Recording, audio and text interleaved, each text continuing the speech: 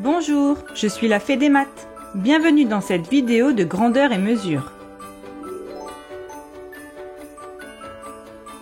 Ensemble, nous allons apprendre à comparer et calculer des mesures de masse. Avant ça, je t'invite à t'abonner à notre chaîne YouTube et à activer la petite cloche pour recevoir les notifications. Pour comparer ou effectuer des calculs avec des mesures de masse, il faut savoir les convertir et utiliser un tableau de conversion. Si ce n'est pas le cas, tu peux consulter la vidéo suivante. Commençons par étudier comment comparer des mesures de masse. Voici un premier exemple. Nous voulons comparer 453 grammes et 4535 décigrammes. Nous remarquons que nous n'avons pas la même unité. Il y a des grammes d'un côté et des décigrammes de l'autre. Nous ne pouvons pas comparer ces deux mesures telles quelles.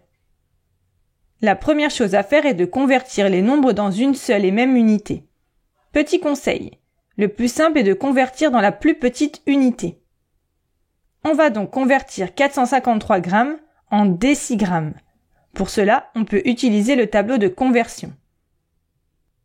453 grammes, c'est égal à 4530 décigrammes.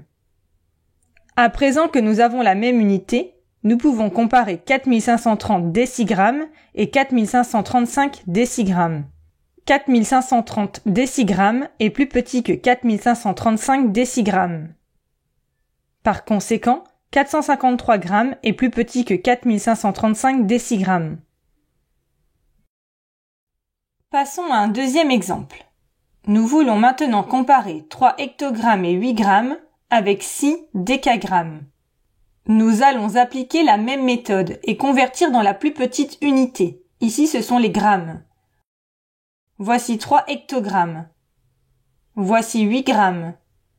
Comme la colonne des décagrammes est vide, on met un 0. Nous avons donc 308 grammes. Maintenant, il faut convertir 6 décagrammes en grammes. 6 décagrammes, c'est 60 grammes.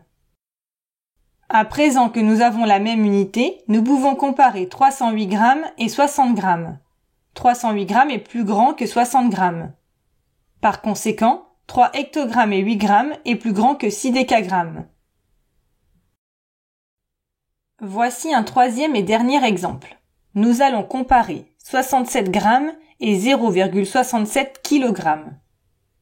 L'unité la plus petite, c'est le gramme. Donc, on va convertir 0,67 kg en grammes.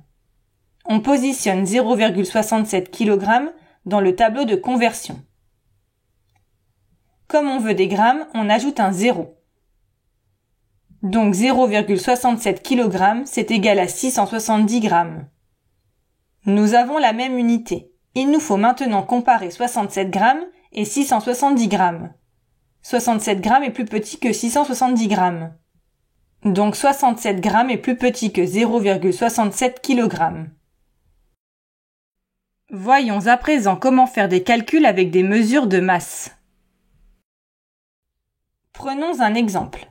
Combien font 53 hectogrammes plus 550 grammes plus 54 décigrammes? Comme nous l'avons vu précédemment, il faut convertir toutes les données dans la même unité de masse. Et le plus facile est de convertir dans la plus petite unité.